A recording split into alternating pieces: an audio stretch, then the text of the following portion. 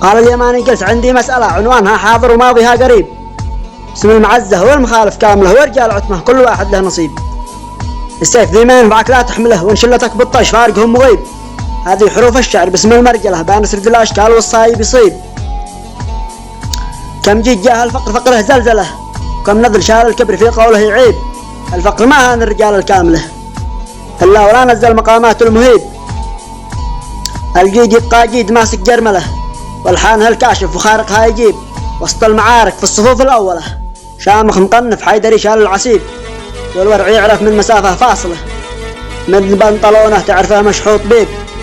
من بنطلونه تعرفه مشحوط بيب.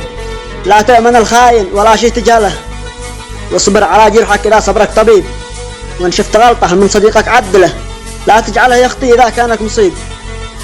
الطيب ذي شكل حلول المسألة، والجهل وحده يجعل المخطي يصيب. البعد ما هو فرق لانته تعمله، والبعد ما هو بشكله لكن تذيب. والضيق ذي حاول يهد قفله، لا تجعله يصبح على عقلك رقيب. ما دام ربك فوق لازم تسأله، لا تسأل المخلوق والخالق مجيب.